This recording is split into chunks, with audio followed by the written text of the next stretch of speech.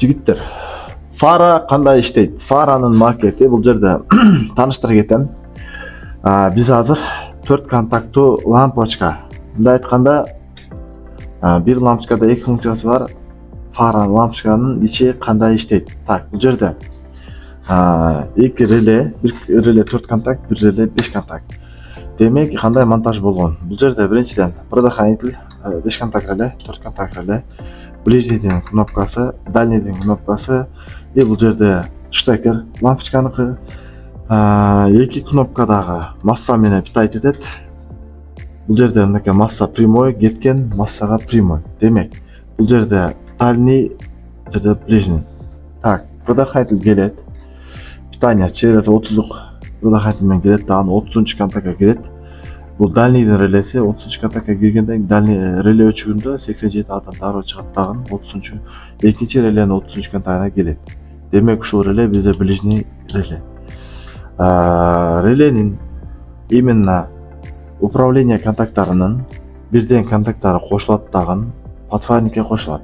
Подфарниктин подача берген жерине, то есть подфарник жангандан кийин бул жерге плюс келет. Плюс келгенден кийин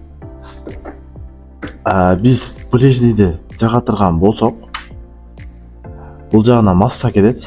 Ошондо бул контактты 30-га токту 87-ге ыргытат. 87-ге ток келет. Контакттын бир контактына ток келет. Массасы корпуста ближний жанды.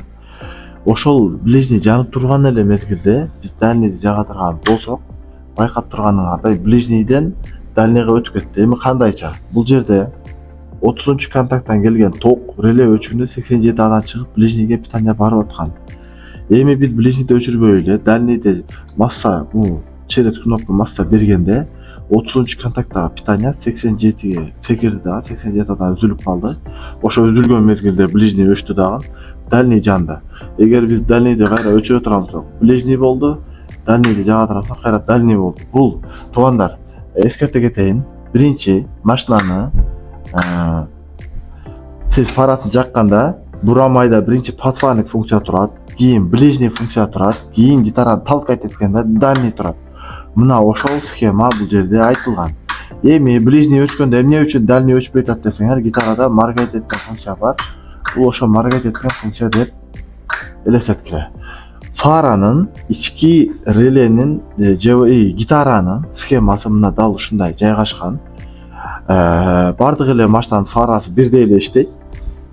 Ошол себептен ушуну жакшылап үйрөнүп алсаңар, фараны толук ремонткоого мүмкүнчүлүк бар. Гитаранын ичи дагы дал ушундай иштейт. Ушул жерде кошумча, эгерде силердин ближний жанып турат, дальний дагы жанып турат, ушул учурда туугандар, эгер подфарникти өчүрө турган болсоңор, система толук өчөт. Себеби могу ближний, дальний, противотуманка бардыгы подфарникке зависимый болот. Качан подфарник жаксаңар, анан кийин булар жанат. Ошол себептен подфарникке баш ийет. Эмне себептен дегенде, эгер кокустан булар без подфарник боло турган болсо, силер ар бирин отдельно өчүрүшкө туура келет. После подфарник бардыгы жангандыктан бардыгын подфарникке баш ийдирип коет.